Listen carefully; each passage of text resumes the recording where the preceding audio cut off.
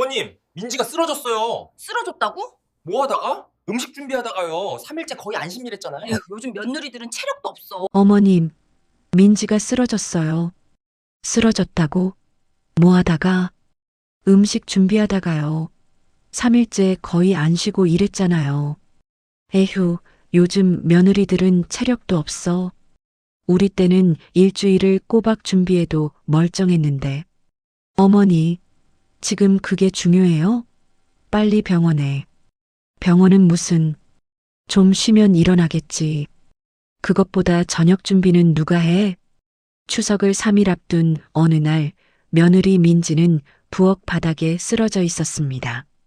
72시간 동안 하루 평균 3시간도 채 자지 못하고 음식 준비에 매달린 결과였죠. 그런데 시어머니의 반응은 충격적이었습니다.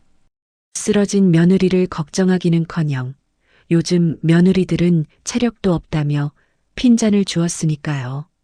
그것도 본인은 3일 내내 소파에 앉아 TV만 보면서 말입니다. 추석을 일주일 앞둔 월요일 아침, 민지는 출근 준비를 하던 중 시어머니의 전화를 받았습니다. 결혼 3년 차, 이제는 명절 전 시어머니의 전화가 무엇을 의미하는지 너무나 잘 알고 있었습니다.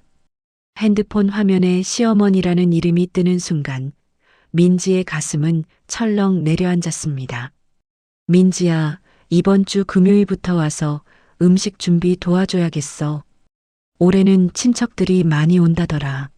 민지는 한숨을 삼켰습니다. 금요일부터라면 추석 당일까지 꼬박 5일을 시댁에서 보내야 한다는 뜻이었습니다. 직장을 다니는 민지로서는 금요일에 반차를 내야 했죠.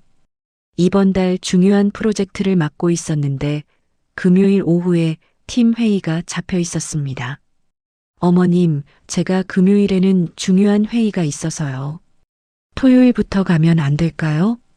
시어머니의 목소리가 차갑게 식었습니다. 회의? 회사 일이 시댁 일보다 중요해? 명절인데. 다른 며느리들은 다 일주일 전부터 오는데 너만 특별 대우 받을 순 없지. 금요일 점심때까지는 와야 해. 민지는 항변하고 싶었지만 참았습니다. 결혼 초부터 배운 교훈이 있었으니까요. 시어머니와 맞서봤자 좋을 게 없다는 것. 결국에는 자신이 더 힘들어진다는 것. 그리고 남편은 절대 자신의 편을 들어주지 않는다는 것. 전화를 끊고 민지는 깊은 한숨을 쉬었습니다. 옆에서 넥타이를 매던 남편 준석이 물었습니다. 어머니 전화? 뭐래? 금요일부터 오래. 명절 준비 도와달래. 그래, 그럼 그렇게 해. 나도 금요일에 일찍 퇴근할게. 남편의 무심한 대답에 민지는 더 이상 아무 말도 하지 않았습니다. 어차피 말해봤자 달라질 게 없었으니까요. 결국 민지는 회사에 금요일 반차를 신청했습니다. 팀장의 못마땅한 표정을 감수하면서 말이죠. 민지 씨, 금요일 회의가 중요한데 꼭 그날 가야 해요? 죄송합니다. 시댁 일이라서요. 에휴, 알겠어요. 하지만 회의 자료는 미리 준비해서 주세요. 민지는 고개를 숙이며 자리로 돌아왔습니다. 명절 때마다 반복되는 일이었습니다. 회사에서는 눈치를 받고 시댁에서는 당연하다는 듯 일을 시키고 민지는 그 사이에서 늘 쥐어짜이는 느낌이었습니다. 금요일 정오, 민지는 서둘러 회의 자료를 정리하고 회사를 나섰습니다. 동료들의 명절 잘 보내세요라는 인사가 무색하게도 민지에게 명절은 휴가가 아니라 전쟁이었습니다. 차를 몰고 시댁으로 가는 1시간 내내 민지의 마음은 무겁기만 했습니다. 시댁에 도착했을 때는 오후 1시가 조금 넘은 시각이었습니다. 현관문을 열자마자 시어머니가 거실 소파에서 TV를 보고 있는 모습이 보였습니다. 테이블 위에는 과일 껍질과 빈 커피잔이 놓여 있었고 TV에서는 일일 드라마가 흘러나오고 있었죠. 왔어? 늦었네. 일시까지 오라고 했는데 벌써 1시 넘었잖아. 인사도 제대로 나누기 전에 늦었다는 지적부터 받는 민지였습니다. 죄송해요, 어머님. 회사에서 급한 일이 있어서. 회사 하지 말고 빨리 옷 갈아입고 부엌으로 와. 할 일이 산더미야. 빨리빨리 해야 해. 민지는 가방을 방에 던져놓고 서둘러 옷을 갈아입었습니다. 거울을 보니 벌써 피곤한 표정이 역력했습니다.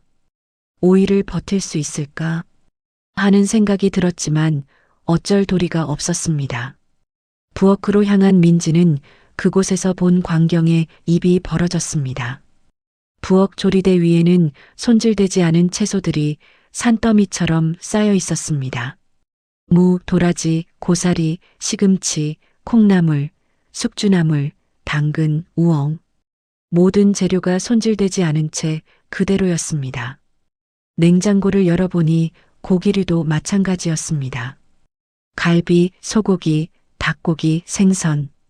아무것도 손질되지 않은 채 덩어리째 놓여 있었죠. 어머님, 이거 전부 오늘 다 해야 해요? 민지의 목소리에는 당황스러움이 묻어났습니다. 이 많은 재료를 혼자서 다 손질하려면 얼마나 걸릴까요? 거실에서 시어머니의 목소리가 들려왔습니다. 당연하지. 내일부터는 본격적으로 음식 만들어야 하니까 오늘 재료 손질은 다 끝내야지. 나는 허리가 아파서 못 도와줘. 혼자 하면 되잖아. 젊은 사람이 체력 좋을 때 일해야지. 민지는 한숨을 삼키며 앞치마를 둘렀습니다. 시어머니의 허리 아프는 민지가 결혼한 3년 내내 들어온 말이었습니다. 하지만 정작 교회 가실 때, 친구들 만나러 가실 때는 허리가 멀쩡하신 것 같았죠. 오로지 집안일 할 때만 허리가 아프신 것 같았습니다. 민지는 깊게 숨을 들이쉬고 칼을 집어들었습니다. 그리고 그날부터 지옥 같은 5일이 시작되었습니다. 금요일 오후 1시 30분부터 시작된 재료 손질은 밤 11시가 되어서야 끝났습니다. 거의 10시간을 쉬지 않고 일한 셈이었습니다. 민지는 물을 깎고 도라지를 찢고 고사리를 삶고 시금치를 데치고 고기를 손질했습니다. 허리는 끊어질 듯 아팠고 손은 물에 불어 쭈글쭈글해졌습니다. 손가락 곳곳에는 칼에 베인 자국도 생겼습니다. 물을 깎다가 손가락을 베었을 때 민지는 잠시 칼을 내려놓고 물로 상처를 씻었습니다. 피가 조금 났지만 대수롭지 않게 여기고 밴드를 붙인 후 다시 일을 계속했습니다. 거실에서는 시어머니의 웃음소리가 들려왔습니다. TV 예능 프로그램을 보시는 모양이었습니다. 그동안 시어머니는 무엇을 했을까요? 거실 소파에 앉아 TV를 보고 계셨습니다. 드라마를 보다가 예능을 보다가 뉴스를 보다가 단 한 번도 부엌에 들어오지 않으셨습니다. 가끔 민지야, 물 좀 갖다 줘. 민지야, 과일 좀 깎아줘라는 요청만 있을 뿐이었습니다. 오후 4시쯤 민지는 잠깐 허리를 펴고 물을 마셨습니다. 목이 바짝 말라 있었습니다. 그때 시어머니가 부엌으로 들어오셨습니다. 어머, 아직도 이것밖에 안 했어? 너무 느린데? 우리 때는 이 정도는 점심 전에 다 끝냈는데. 민지는 변명하고 싶었지만 입을 다물었습니다. 시어머니는 채소 몇 개를 집어들며 계속 말씀하셨습니다. 무도 너무 두껍게 깎았네. 이렇게 깎으면 낭비가 심해. 좀 더 얇게 깎아야지. 그리고 도라지도 너무 굵게 찢었어. 가늘게 찢어야 맛있는데. 민지는 고개를 끄덕이며 대답했습니다. 네, 다음부터 그렇게 할게요. 다음부터가 아니라 지금부터 다시 해. 결국 민지는 이미 깎은 무의 절반을 다시 깎아야 했습니다. 시간은 더 걸렸고 저녁 때까지 끝낼 수 있을지 걱정이 됐습니다. 저녁 7시쯤 남편 준석이 퇴근해서 집에 들어왔습니다. 민지는 잠시나마 남편이 도와주지 않을까 기대했습니다. 하지만 준석은 부엌을 쓱 보더니 거실로 가서 소파에 앉았습니다. 여보, 저녁은? 배고픈데. 민지는 믿을 수 없다는 표정으로 남편을 쳐다봤습니다. 자신이 10시간 가까이 일하고 있는 모습을 보고도 첫마디가 저녁은? 일하니요. 저녁요? 제가 지금 이렇게 일하고 있는데요. 시어머니가 즉시 끼어들었습니다. 그래도 저녁은 차려줘야지. 남편이 회사에서 고생하고 왔는데 빨리 뭐라도 차려. 간단하게라도. 민지는 입술을 깨물며 손을 씻었습니다. 그리고 냉장고에서 재료를 꺼내 라면을 끓였습니다. 제대로 된 저녁을 만들 시간도 체력도 없었으니까요. 계란이라도 넣어서 조금이나마 성의를 표했습니다. 하지만 시어머니는 라면을 보더니 얼굴을 찌푸렸습니다. 라면? 명절 준비한다고 이렇게 대충 먹여? 아들이 회사에서 고생하고 왔는데 라면이라니. 좀 제대로 차리지. 어머님, 지금 재료 손질하느라 시간이 없어서요. 내일부터는 제대로 차릴게요. 에휴, 시간 관리를 못하니까 그렇지. 우리 때는 재료 손질하면서도 밥은 제대로 차렸는데. 민지는 대답하지 않았습니다. 대답하면 또 뭐라고 할 게 뻔했으니까요. 그녀는 라면을 후루룩 먹고 다시 부엌으로 향했습니다. 아직 손질해야 할 재료가 산더미처럼 남아 있었으니까요. 라면을 먹는 10분이 그날 민지가 앉아서 쉰 유일한 시간이었습니다. 남편과 시어머니는 거실에서 편안히 TV를 보며 라면을 먹었지만 민지는 부엌에서 서서 급하게 먹어야 했습니다. 설거지도 해야 하고 재료 손질도 계속해야 했으니까요.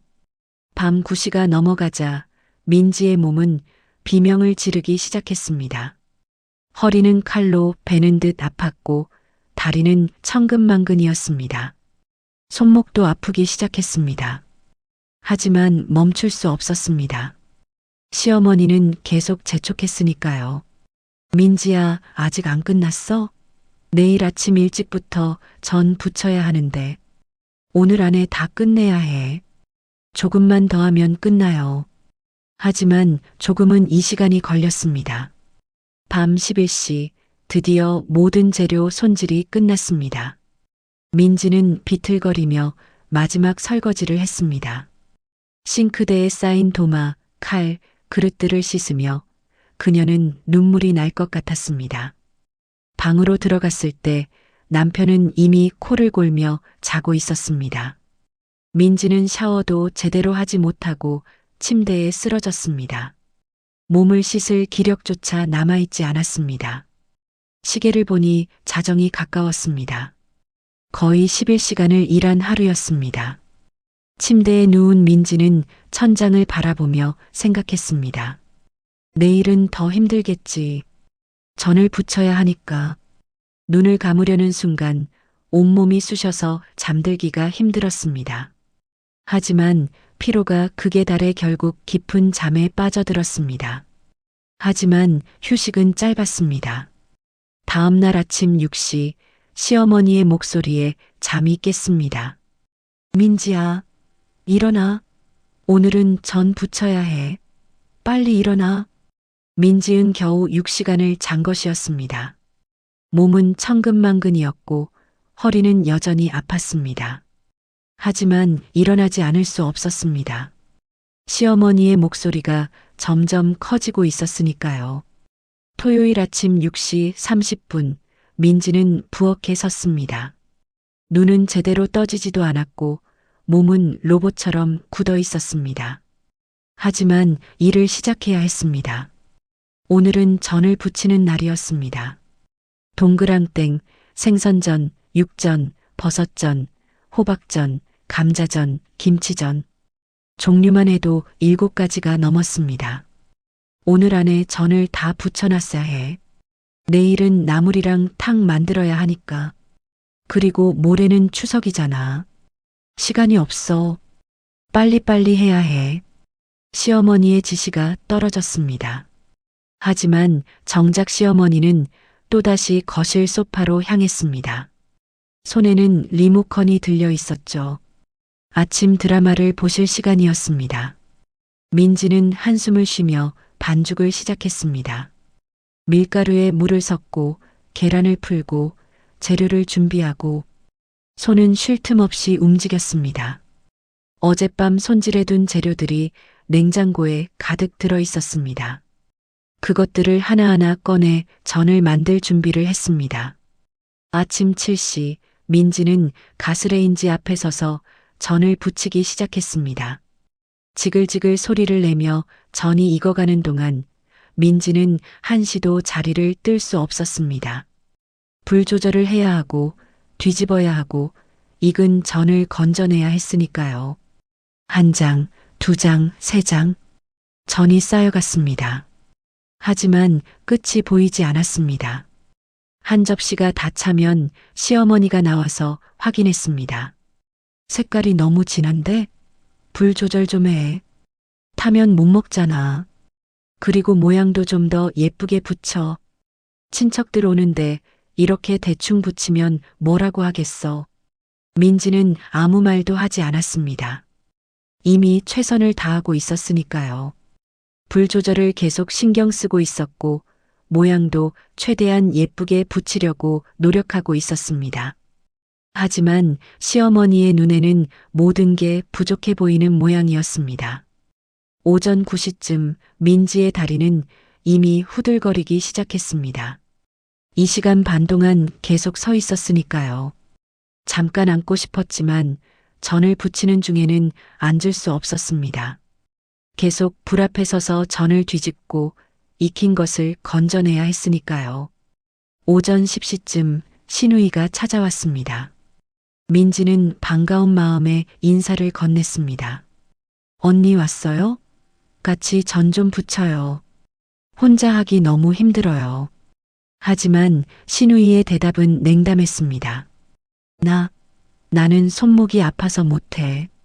병원에서 손목 터널 증후군이라고 했어. 무리하면 안 된대. 그리고 나는 친정 식구니까 손님이잖아. 민지가 하면 되지. 그리고는 거실로 가서 시어머니 옆에 앉았습니다. 모녀는 함께 TV를 보며 웃고 떠들었습니다. 부엌에서는 민지 혼자 땀을 흘리며 전을 부치고 있는데 말이죠. 민지는 쓴웃음을 지었습니다. 시누이의 손목 터널 증후군은 명절 때만 도지는 병인 것 같았습니다. 평소에는 테니스도 치고 골프도 치시는 분이었으니까요. SNS에는 운동하는 사진들이 가득 올라와 있었습니다. 시간은 계속 흘러갔고 민지는 쉬지 않고 전을 부쳤습니다. 오전 11시, 12시, 1시. 4시간 넘게 계속 서서 일하니 허리가 끊어질 것 같았습니다. 가스레인지 앞에 열기 때문에 얼굴은 빨갛게 달아올랐고 등은 땀으로 흥건했습니다. 점심시간이 되었습니다. 민지는 전을 부치다 말고 급히 된장찌개를 끓였습니다. 제대로 된 반찬도 없이 김치와 된장찌개만으로 차린 식탁이었습니다. 전을 부치느라 다른 음식을 준비할 시간이 없었으니까요. 이게 뭐야? 점심이 이거밖에 없어? 국이랑 김치만? 시어머니가 불만을 표했습니다. 죄송해요. 전 부치느라 시간이 없어서요. 저녁에는 제대로 차릴게요. 시간이 없긴. 요즘 며느리들은 시간 관리도 못해.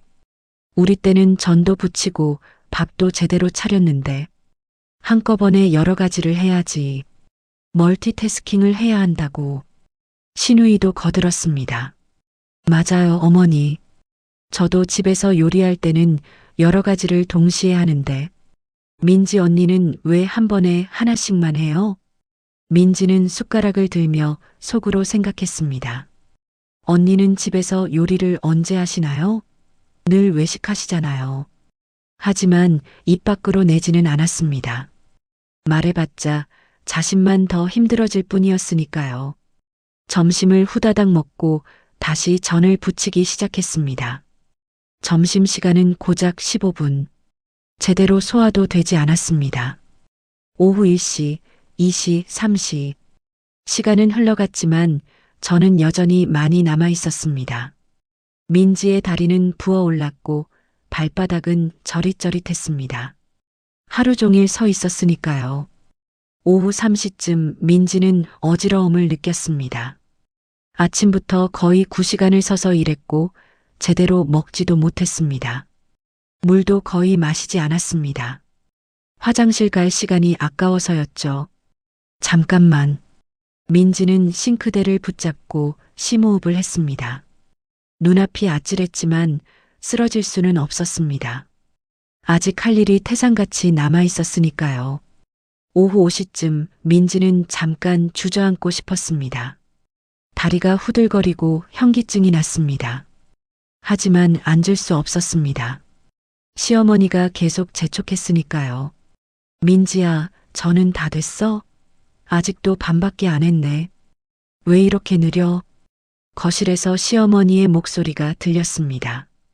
거의 다 됐어요. 조금만 더 하면. 에휴, 왜 이렇게 느려? 빨리빨리 좀 해. 내일도 할 일 많은데. 오늘 중으로 다 끝내야 한다니까. 민지는 대답 대신 가스레인지 불을 더 세게 올렸습니다. 그리고 더 빠르게 전을 붙이기 시작했습니다. 손은 자동으로 움직였고 머리는 멍했습니다. 로봇이 된 기분이었습니다.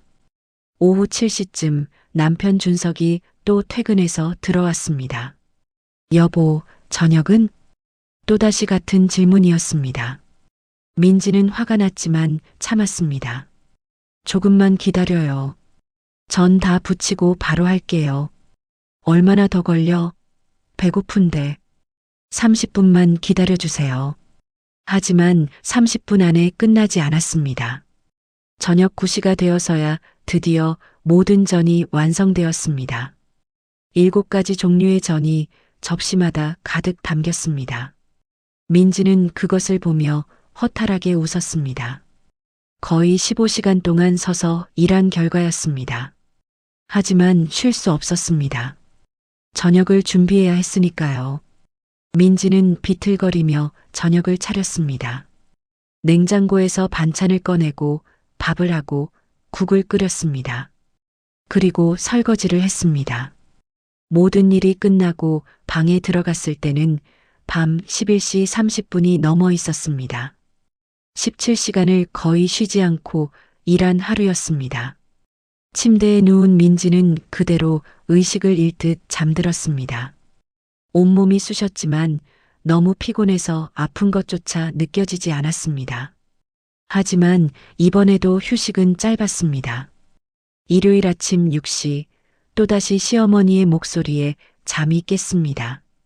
민지야, 오늘은 나물이랑 탕 만들어야 해. 일어나. 민지는 일어나려고 했지만 몸이 말을 듣지 않았습니다. 온몸이 돌덩이처럼 무겁고 머리는 지끈거렸습니다. 겨우 5시간 30분을 잔 것이었습니다. 눈을 뜨는 것조차 힘들었습니다. 여보, 나 좀 도와줘. 몸이 너무 안 좋아. 옆에서 자고 있던 남편에게 간신히 말했지만 남편은 뒤척이며 다시 잠들었습니다. 주말인데 좀 더 자게 해줘. 피곤해.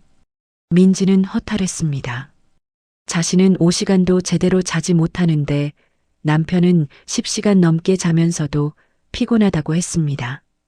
민지는 혼자 힘으로 일어났습니다. 비틀거리며 화장실에 가서 세수를 했습니다. 거울에 비친 자신의 얼굴은 끔찍했습니다. 눈 밑에는 다크서클이 짙게 깔려 있었고 얼굴은 창백했습니다. 입술은 바짝 말라 갈라져 있었고 눈은 충혈되어 빨갛게 변해 있었습니다. 겨우 3일 만에 이렇게 변한 자신의 모습에 민지는 놀랐습니다. 부엌으로 향하는 발걸음이 무거웠습니다. 다리는 천근만근이었고 허리는 칼로 베는 듯 아팠습니다. 오늘은 나물을 무치고 갈비탕을 끓여야 했습니다. 나물만 해도 5가지가 넘었죠. 도라지, 고사리, 시금치, 콩나물, 숙주나물. 민지는 가스레인지 앞에 섰습니다. 냄비에 물을 올리고 나무를 데치기 시작했습니다. 손은 기계적으로 움직였지만 머리는 점점 멍해졌습니다. 집중력이 떨어져서 같은 동작을 반복하기도 했습니다. 오전 8시쯤 시어머니가 부엌으로 들어왔습니다. 벌써 2시간이나 지났는데 겨우 이것밖에 안 했어? 도대체 뭘 하고 있었어? 죄송해요. 최대한 빨리 하고 있어요. 빨리 하긴. 손이 느려서 그래. 좀 더 부지런히 움직여야지. 시어머니는 나무를 확인하더니 혀를 찼습니다. 이건 너무 오래 데쳤어. 물러져서 못 먹겠네. 다시 해. 민지는 눈물이 날 것 같았습니다. 이미 30분을 들여 데친 나물이었는데 다시 하라니요. 하지만 항변할 수 없었습니다. 오전 10시쯤 민지는 심한 현기증을 느꼈습니다. 시야가 흐릿해지고 다리에 힘이 풀렸습니다. 싱크대를 붙잡고 간신히 버텼지만 몸은 비틀거렸습니다. 하지만 쉴 수 없었습니다. 아직 할 일이 너무 많았으니까요. 민지야, 갈비탕 고기는 언제 삶아? 지금 안 하면 저녁까지 못 끝내. 거실에서 시어머니의 목소리가 들렸습니다. 지금 하고 있어요. 민지는 비틀거리며 냉장고에서 갈비를 꺼냈습니다. 무거운 고기 덩어리를 들어 올리는 것조차 힘들었습니다. 팔에 힘이 하나도 없었으니까요. 빨리 해. 오후에 친척들 몇 명 들른다고 했어. 대접할 음식도 준비해야 하는데. 민지는 입술을 깨물었습니다. 명절 음식도 모자라 친척들 대접할 음식까지 준비해야 한다니요. 하지만 항변할 수 없었습니다. 며느리가 할 일이니까요. 오후 12시 점심시간이 되었지만 민지는 제대로 먹지 못했습니다. 서둘러 라면을 끓여 먹고 다시 일을 시작했습니다. 점심시간은 고작 10분. 라면을 먹으면서도 갈비탕 냄비를 지켜봐야 했습니다. 오후 2시 친척 몇 명이 방문했습니다. 시어머니는 반갑게 맞이하며 거실로 안내했습니다. 어서 와요. 민지가 음식 준비 중이에요. 곧 대접할게요. 민지는 부엌에서 급히 음식을 차렸습니다. 과일을 깎고 차를 내리고 전을 접시에 담았습니다. 그리고 거실로 가져갔습니다. 손이 떨려서 접시를 들기가 힘들었습니다. 어머, 며느리가 참 부지런하네요. 얼굴이 좀 피곤해 보이긴 하지만 친척 아주머니가 말했습니다. 하지만 시어머니의 반응은 달랐습니다. 부지런하긴요. 요즘 며느리들은 다 이래요. 우리 때만 못해요. 체력도 약하고 일도 느리고 우리 때는 이 정도 일은 아무것도 아니었는데 민지는 아무 말 없이 다시 부엌으로 돌아갔습니다. 친척들이 머무는 이 시간 동안 민지는 계속 부엌과 거실을 오갔습니다. 차를 더 내리고 과일을 더 깎고 설거지를 했습니다. 한시도 쉬지 못했습니다. 친척들이 돌아간 오후 4시 민지는 다시 명절 음식 준비에 매달렸습니다. 갈비탕은 아직 덜 끓었고 나물도 절반밖에 무치지 못했습니다. 시간은 계속 흘러가는데 일은 끝나지 않았습니다. 오후 6시쯤 민지는 극심한 두통을 느꼈습니다. 머리가 깨질 듯이 아팠고 속도 메스꺼웠습니다. 토할 것 같았지만 참았습니다. 토하면 시간이 더 지체될 테니까요. 저녁 7시쯤 민지는 심한 두통을 느꼈습니다. 머리가 깨질 듯이 아팠고 속도 메스꺼웠습니다. 하지만 멈출 수 없었습니다. 시어머니는 계속 재촉했으니까요. 민지야, 아직도 안 끝났어? 내일 모레가 추석인데. 이러다가 제 시간에 못 끝내면 어떡해. 좀 더 빨리빨리 해야지. 거의 다 됐어요. 거짓말이었습니다. 아직 절반도 끝나지 않았습니다. 하지만 그렇게라도 대답해야 시어머니의 잔소리를 피할 수 있었습니다. 오후 8시 민지는 한계를 느꼈습니다. 몸이 말을 듣지 않았습니다. 손은 떨렸고 다리는 휘청거렸습니다. 시야도 점점 흐릿해졌습니다. 밤 10시 민지는 갈비탕 냄비 앞에 서 있었습니다. 국물을 저으며 그녀는 눈물이 나올 것 같았습니다. 3일째 하루 평균 3시간도 채 자지 못하고 일만 했습니다. 식사도 제대로 하지 못했습니다. 화장실 갈 시간조차 아까워서 물도 거의 마시지 않았습니다. 그때였습니다. 갑자기 시야가 완전히 흐릿해지더니 다리에 힘이 쭉 빠졌습니다. 민지는 균형을 잃고 비틀거렸습니다. 한마디 말도 제대로 못하고 민지는 그대로 바닥으로 쓰러졌습니다. 쿵! 민지가 부엌 바닥에 쓰러지는 소리가 집안에 울렸습니다. 손에 들고 있던 국자가 바닥에 떨어져 요란한 소리를 냈습니다. 남편 준석이 놀라서 부엌으로 달려왔습니다. 민지, 어떻게 된 거야? 준석은 바닥에 쓰러진 아내를 발견하고 황급히 다가갔습니다. 민지는 눈을 뜨고 있었지만 초점이 없었고 몸을 전혀 가누지 못하고 있었습니다. 어머님, 민지가 쓰러졌어요. 시어머니는 천천히 소파에서 일어나 부엌으로 왔습니다. 급한 기색은 전혀 없었습니다. 오히려 귀찮다는 표정이었습니다. 쓰러졌다고? 뭐 하다가? 음식 준비하다가요. 3일째 거의 안 쉬고 일했잖아요. 시어머니는 바닥에 쓰러진 민지를 내려다보며 혀를 찼습니다. 안쓰러워하는 표정이 아니라 불편해하는 표정이었습니다. 에휴, 요즘 며느리들은 체력도 없어. 우리 때는 일주일을 꼬박 준비해도 멀쩡했는데 이 정도 일로 쓰러지다니. 요즘 젊은 애들은 다 이래. 준석은 믿을 수 없다는 표정으로 어머니를 쳐다봤습니다. 어머니, 지금 그게 중요해요? 빨리 병원에 가야죠. 병원은 무슨, 좀 쉬면 일어나겠지. 그냥 피곤해서 그런 거야. 과장하지 마. 그것보다 저녁 준비는 누가 해? 갈비탕이 아직 덜 끓었는데. 불 좀 꺼줘. 타겠어. 준석은 어이가 없었습니다. 며느리가 쓰러졌는데도 시어머니의 첫 걱정은 갈비탕이었습니다. 어머니, 지금 갈비탕이 중요해요? 민지가 쓰러졌다고요. 쓰러진 게 아니라 그냥 좀 어지러워서 주저앉은 거겠지. 과장하지 마. 좀 쉬면 괜찮아져.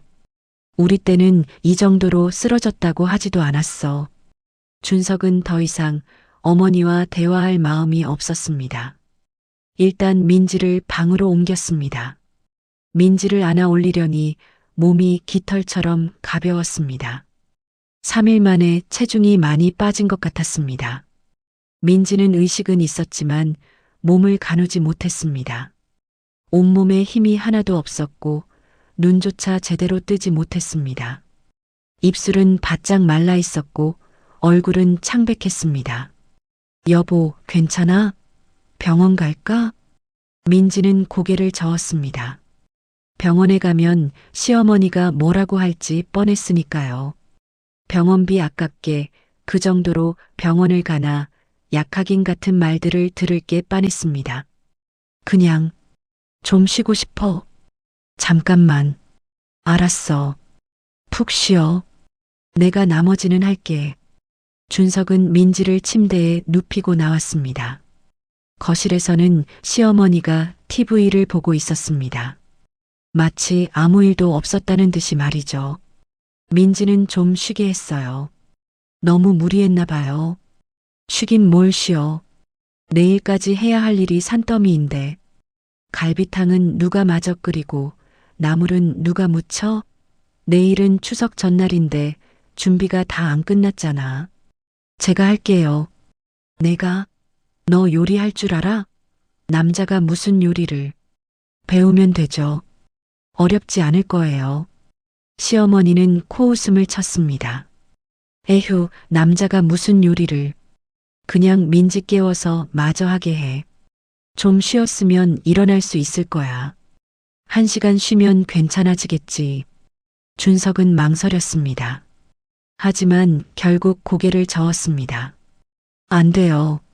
민지 상태가 정말 안 좋아요. 제가 할게요. 그리고 부엌으로 향했습니다. 하지만 요리를 해본 적 없는 그에게 갈비탕을 끓이는 일은 너무나 어려웠습니다. 뭘 어떻게 해야 할지 몰라 우왕좌왕했습니다. 간을 어떻게 맞춰야 할지, 불 조절을 어떻게 해야 할지 전혀 몰랐습니다. 시어머니는 거실에서 계속 지적했습니다. 불 조절 좀 해. 그렇게 하면 고기가 질겨. 센 불로 하면 안 돼. 간은 맞춰봤어? 너무 싱거운 것 같은데. 소금 더 넣어. 야채는 언제 넣을 거야? 지금 넣어야지.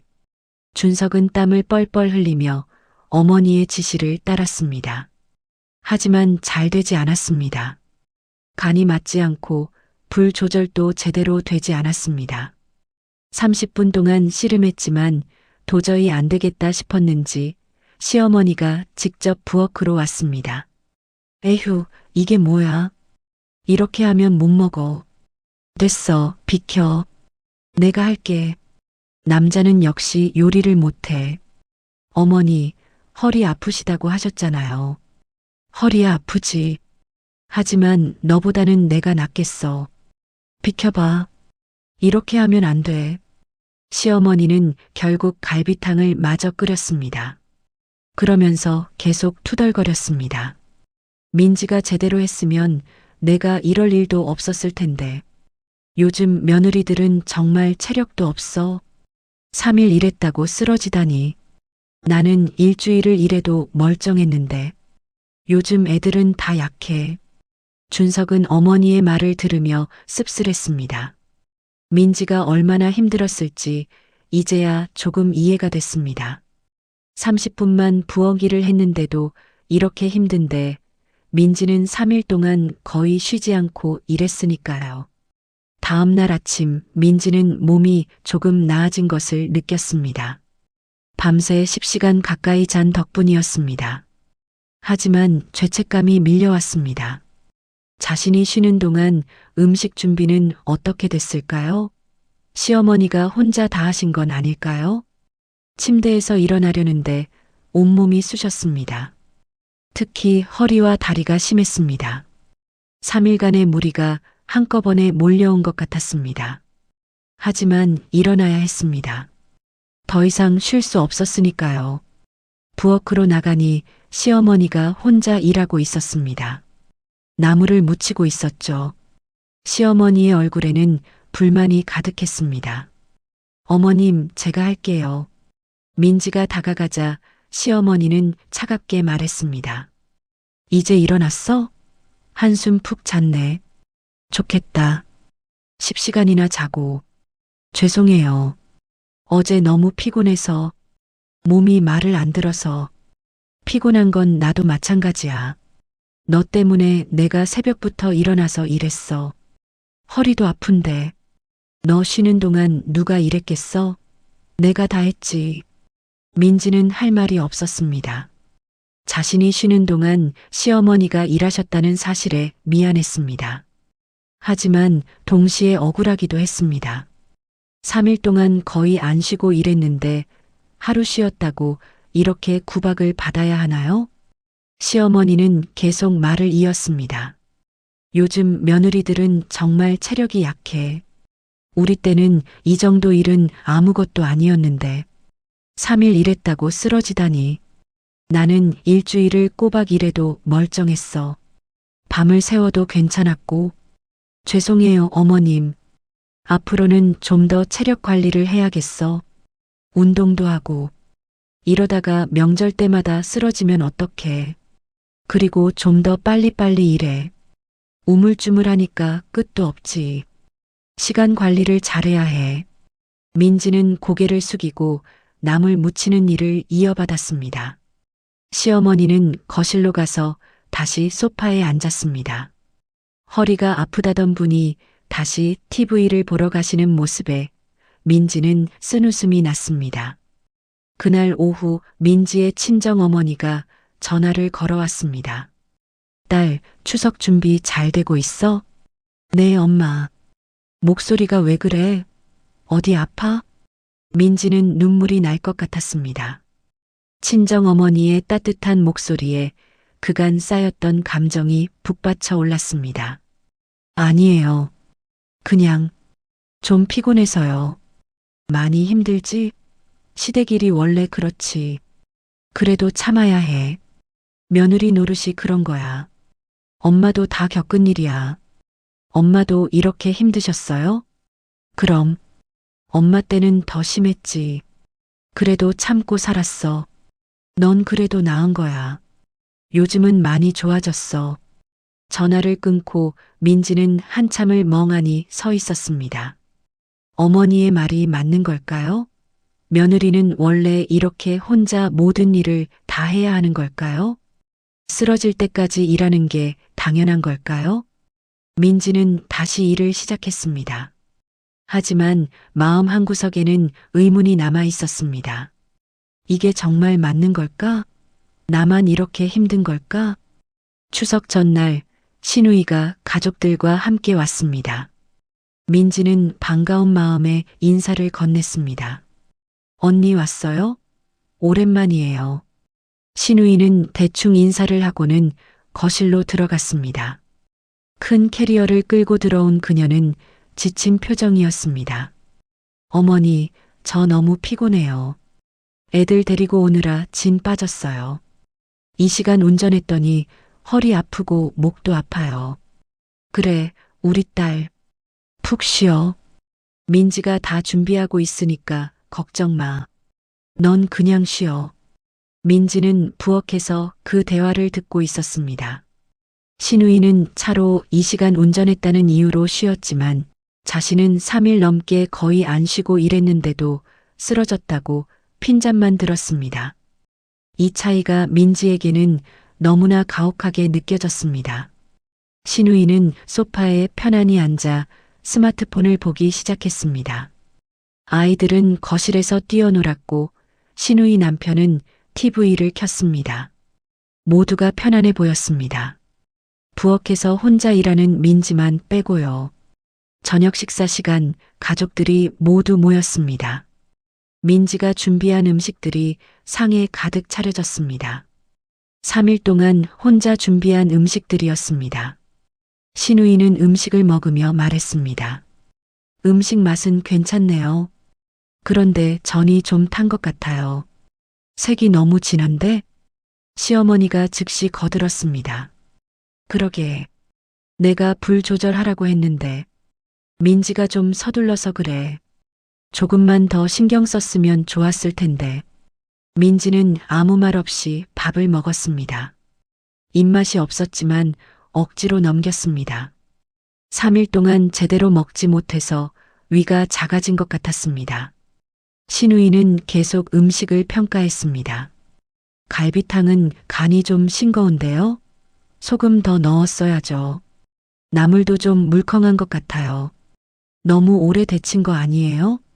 전체적으로 괜찮긴 한데 우리 엄마가 해주는 것만큼은 아니네요. 민지는 참고 또 참았습니다. 하지만 마음속에서는 분노가 치솟았습니다. 자신은 3일 동안 혼자 준비했는데 신우이는 손가락 하나 까딱하지 않고 평가만 하고 있었으니까요. 식사 후 설거지는 당연히 민지의 몫이었습니다.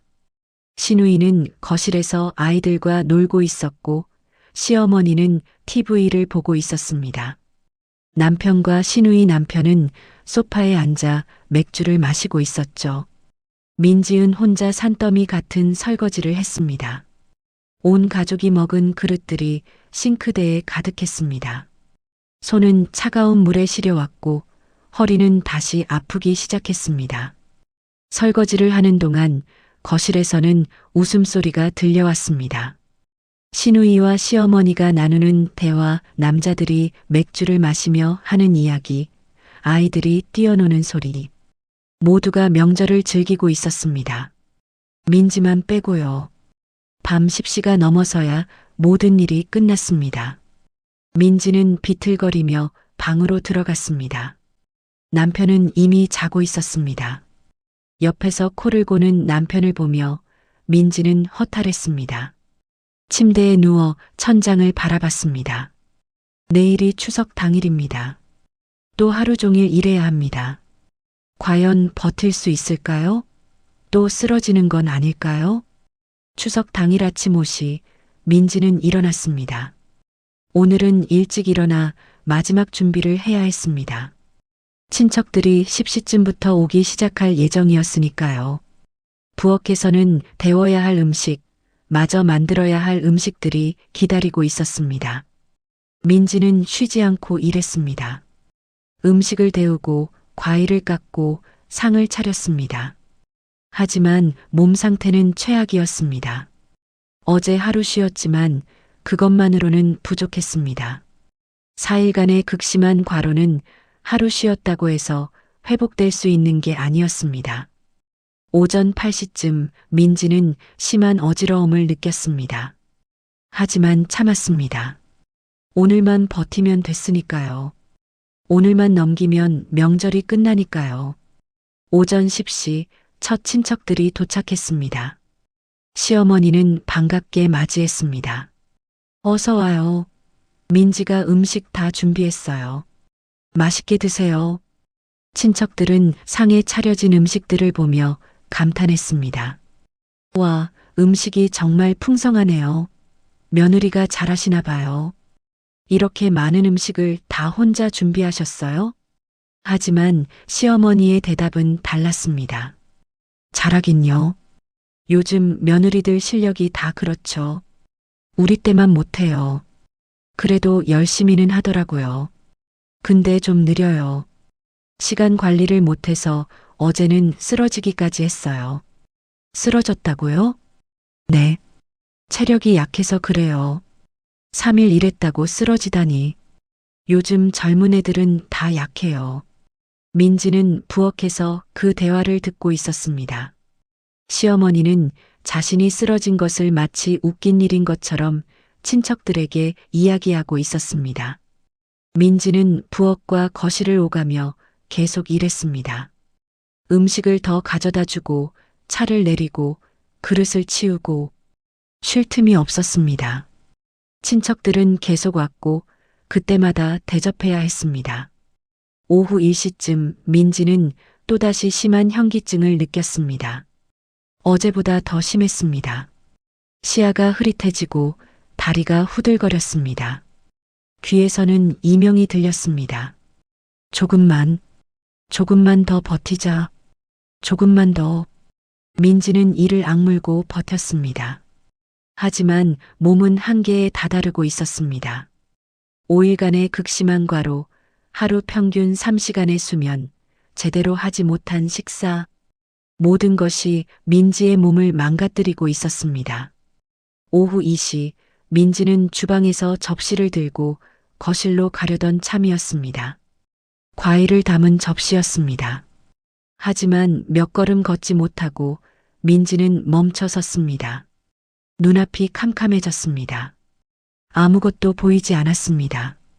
귀에서는 윙윙거리는 소리만 들렸습니다. 다리에서 힘이 빠졌습니다. 안 돼. 쓰러지면 안 돼. 하지만 몸은 말을 듣지 않았습니다. 쿵. 민지가 또다시 쓰러졌습니다. 이번에는 더 심했습니다. 손에 들고 있던 접시가 바닥에 떨어져 산산이 깨졌습니다. 과일이 사방으로 흩어졌고 접시 파편이 날카로운 소리를 내며 부서졌습니다. 거실의 모든 사람들이 놀라 부엌을 바라봤습니다. 남편 준석이 급히 달려왔습니다. 민지, 괜찮아? 민지. 하지만 이번에는 민지가 대답하지 못했습니다. 의식이 흐릿했고 몸을 전혀 가눌 수 없었습니다. 눈은 감겨 있었고 얼굴은 창백했습니다. 친척 중 한 명이 놀라서 말했습니다. 빨리 병원에 데려가야겠어요. 상태가 심각해 보여요. 하지만 시어머니는 여전히 차분했습니다. 병원까지는 조금 쉬면 괜찮아질 거예요. 어제도 그랬는데 금방 나았어요. 그냥 피곤해서 그런 거예요. 친척들은 믿을 수 없다는 표정으로 시어머니를 쳐다봤습니다. 한 친척이 조심스럽게 말했습니다. 그래도 혹시 모르니까 병원에. 얼굴색이 너무 안 좋아요. 괜찮아요. 제가 잘 알아요. 우리 며느리 원래 체력이 약해요. 조금만 일해도 피곤해하고 요즘 젊은 애들이 다 그래요. 결국 남편 준석이 강하게 나섰습니다. 어머니, 이건 아니에요. 병원 갑니다. 저 민지 데리고 병원 갈게요. 상태가 정말 심각해 보여요. 추석인데 병원을? 친척들도 있는데? 그게 중요해요? 사람 목숨이 중요하지. 준석은 민지를 안아 올렸습니다. 민지의 몸은 축 늘어져 있었고 반응이 거의 없었습니다. 응급실에 도착한 민지는 곧바로 검사를 받았습니다. 의사는 검사 결과를 보며 심각한 표정을 지었습니다. 극심한 과로와 탈수 증상이네요. 며칠 동안 제대로 쉬지도 못하고 물도 안 드셨죠? 영양실조 증상도 보입니다. 준석은 고개를 끄덕였습니다. 추석 준비 때문에 5일 동안 거의 쉬지 못했어요. 하루 평균 3시간도 안 잤고요. 5일 동안요? 하루에 3시간씩만요? 의사는 놀란 표정을 지었습니다. 이건 심각한 수준입니다. 자칫하면 큰일 날 뻔했어요. 지금 당장 입원해서 수액 맞으며 푹 쉬셔야 합니다. 최소 3일은 절대 안정이 필요합니다. 3일이요? 네. 그리고 앞으로는 이렇게 무리하시면 안 됩니다. 계속 이러시면 심각한 건강 문제가 생길 수 있어요. 젊으시니까 지금은 괜찮지만 몸은 기억합니다. 나중에 큰 병으로 올 수 있어요. 민지는 수액을 맞으며 병실 침대에 누워 있었습니다. 온몸이 쑤셨지만 동시에 묘한 안도감이 들었습니다. 드디어 쉴 수 있다는 안도감이었죠. 병원에 와서야 비로소 쉴 수 있다니 이게 과연 정상인가 싶었습니다. 준석은 민지의 손을 잡으며 미안하다고 말했습니다. 여보, 미안해. 내가 너무 무심했어. 내가 얼마나 힘들었는지 몰랐어. 정말 미안해.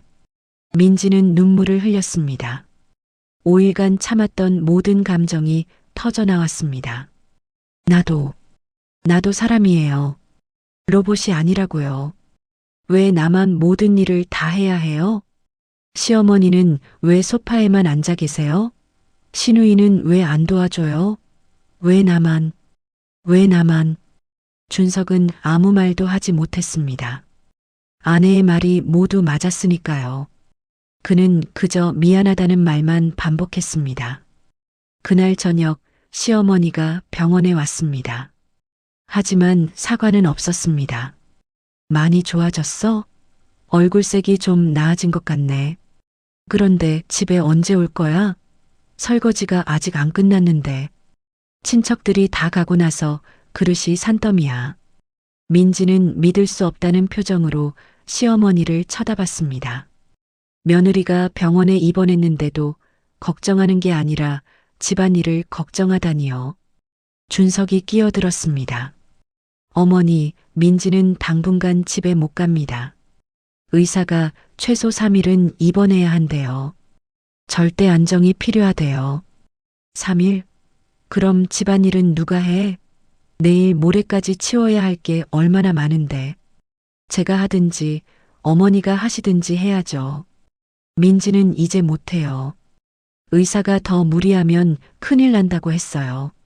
시어머니는 불만스러운 표정을 지었습니다. 나보고 하라고? 내 허리가 얼마나 아픈데. 민지가 좀 더 일찍 일어나서 빨리빨리 했으면 이런 일도 없었을 텐데. 시간 관리를 못하니까 이렇게 되는 거야. 그 말에 준석의 인내심이 한계에 달했습니다. 5일간 쌓였던 모든 것이 폭발했습니다. 어머니, 이제 그만하세요. 준석이 처음으로 어머니에게 소리를 질렀습니다. 병실의 공기가 얼어붙었습니다. 시어머니는 놀란 표정으로 아들을 쳐다봤습니다. 지금 나한테 소리 지르는 거야? 어머니한테? 네, 소리 지르는 거예요. 이제는 참을 수 없어요. 어머니, 5일 동안 민지가 뭘 했는지 아세요? 준석은 계속 말을 이었습니다. 목소리는 떨렸지만 단호했습니다. 하루 3시간씩 자면서 밥도 제대로 못 먹으면서 화장실 갈 시간도 없어서 물도 안 마시면서 일했어요. 5일 동안요. 그런데 어머니는 뭐 하셨어요? 소파에 앉아서 TV만 보셨잖아요. 내가 허리가 아파서 허리가 아프면 병원에 가시든지 아니면 일을 줄이셨어야죠. 왜 며느리 혼자 모든 일을 다 하게 만드셨어요? 시누이는요? 시누이는 왜 안 도와줬어요? 시어머니는 얼굴이 붉어졌습니다. 시누이는 딸이잖아. 손님이고 며느리가 집안일 하는 게 당연한 거 아니야? 우리 때는 다 그랬어. 우리 때는 시어머니도 함께 일했잖아요. 지금처럼 소파에 앉아서 지시만 하지 않았어요. 어머니 세대는 시어머니와 며느리가 함께 일했어요. 근데 지금은요? 어머니는 아무것도 안 하시고 민지 혼자 다 했잖아요. 준석은 계속 말을 이었습니다. 민지는 사람이에요. 로봇이 아니에요. 5일 동안 하루 3시간씩 자면서 일하면 누구라도 쓰러져요. 그런데 어머니는 민지가 쓰러졌을 때 뭐라고 하셨어요? 뭐라고 했는데? 요즘 며느리들은 체력도 없어라고 하셨잖아요. 며느리가 쓰러졌는데 걱정은 안 하고 체력 타령이나 하시고. 시어머니는 할 말을 잃었습니다. 아들이 이렇게까지 화를 낸 것은 태어나서 처음이었으니까요. 그리고 지금도 마찬가지예요. 민지가 병원에 입원했는데 어머니가 제일 먼저 한 말이 뭐예요? 집에 언제 올 거냐, 설거지는 누가 하냐잖아요. 며느리 걱정은 하나도 안 하시고 집안일 걱정만 하시잖아요. 준석의 목소리는 점점 커졌습니다. 앞으로는 이렇게 안 살 거예요. 명절 준비도 어머니랑 민지랑 함께 하시든지 아니면 간소하게 하시든지 선택하세요. 더 이상 민지 혼자 모든 일 하게 만들지 마세요. 안 그러면 저희 명절에 안 올 거예요. 뭐? 명절에 안 온다고? 네. 민지가 이렇게 고생하면서까지 올 이유가 없어요. 차라리 집에서 둘이 조용히 보내는 게 나아요. 시어머니는 믿을 수 없다는 표정이었습니다. 하지만 아들의 단호한 표정을 보니 장난이 아니라는 것을 알 수 있었습니다. 민지는 3일 동안 병원에 입원했습니다. 그동안 푹 쉬며 체력을 회복했습니다. 수액을 맞고 제대로 먹고 충분히 자니 몸이 조금씩 나아졌습니다. 그리고 많은 생각을 했습니다. 나는 왜 이렇게 살았을까? 왜 아무 말도 하지 않았을까? 왜 혼자 모든 것을 감당하려 했을까? 퇴원 후 민지는 시어머니와 진지한 대화를 나눴습니다. 준석도 옆에서 함께 있었습니다. 어머님, 저도 사람이에요. 5일 동안 하루 3시간씩 자면서 일할 수는 없어요.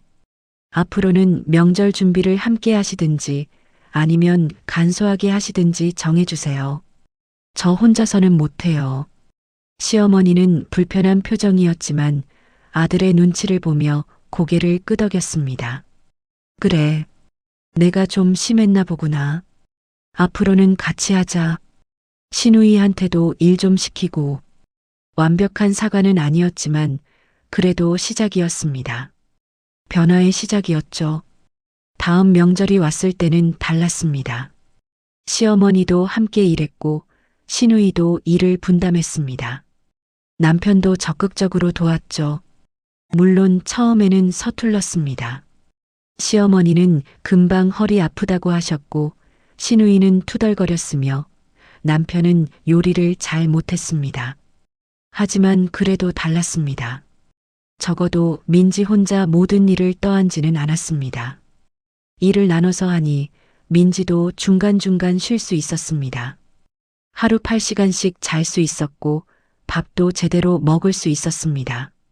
물론 모든 게 완벽하게 바뀐 건 아니었습니다.